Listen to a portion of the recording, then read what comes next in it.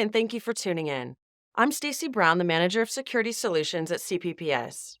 Between data theft, sabotage, fraud, disclosure of information, malicious attacks, and damage to the overall reputation of an organization, insider threats pose a major threat. And while this might seem like a threat all on its own, the link or relationship between insider threats and workplace violence might surprise you and can actually help aid in prevention. That's why I'd like to take a moment to discuss just that.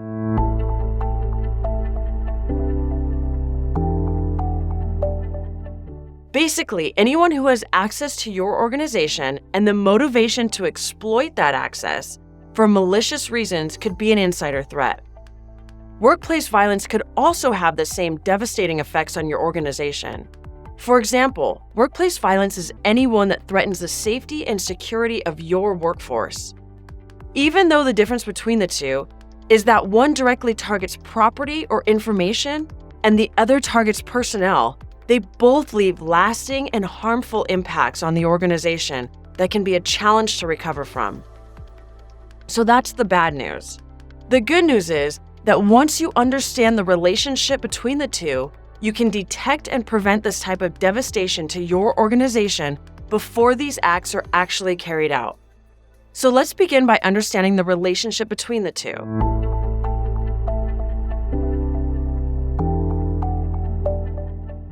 So really, there are four main areas worth discussing.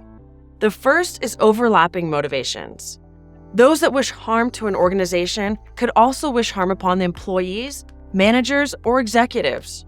Think about it. If the plan is to cause harm and disruption, then both types of offenders can meet this objective, therefore exhibiting some of the same warning signs.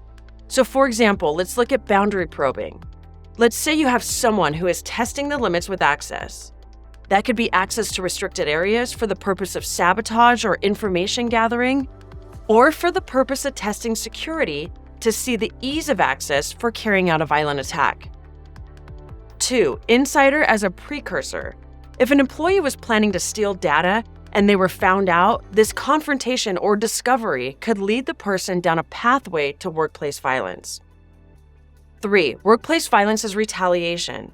So in certain cases of workplace violent offenders, they see themselves as the victims. So if they believe they are or possibly were being targeted, then that perception could lead to acts of retaliation against those they believe were out to get them. 4. Prevention and detection strategies. A lot of the same strategies are in place for preventing and detecting those that wish to do harm. They could exhibit some of the same behaviors of concern and warning signs within the workplace. So in order to prevent both insider threats and workplace violent offenders from carrying out their acts, the key is to promote awareness and conduct training on how to recognize and report all of the warning signs.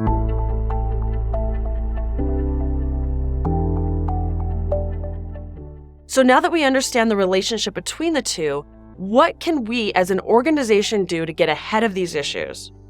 The first thing you could do is implement effective policies, procedures, and training. Once you have these risk mitigation strategies in place, you have drastically reduced harm to your organization by way of lessening the damage to your employees, reputation, finances, and loss of information. Other benefits include compliance with legal requirements and enhancements to your organization's culture, employee morale, productivity, and overall well-being.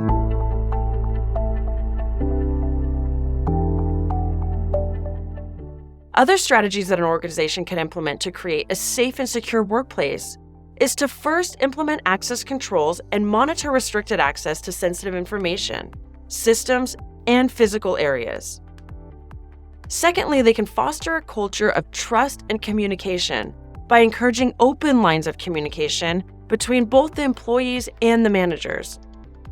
And it's also worth noting that for those that don't feel comfortable reporting through open lines of communication, it's always a good idea to have a confidential means of reporting, such as an anonymous hotline.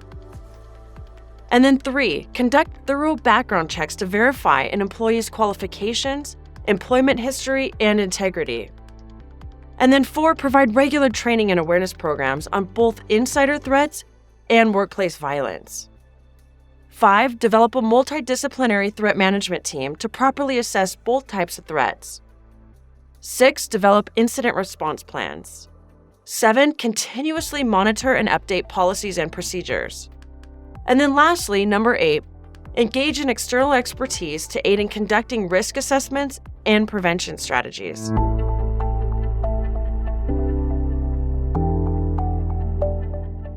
So as you can see, addressing insider threats and workplace violence, they both require a holistic approach that encompasses preventative measures, robust security protocols, employee awareness, and ongoing improvement. By taking these proactive steps, your organization can create a safer and more secure work environment. Now I'm going to leave you with this. Always remember, the well-being of employees should continuously be a top priority. And by investing in their safety, organizations can thrive in an environment of trust and security. Thank you for tuning in.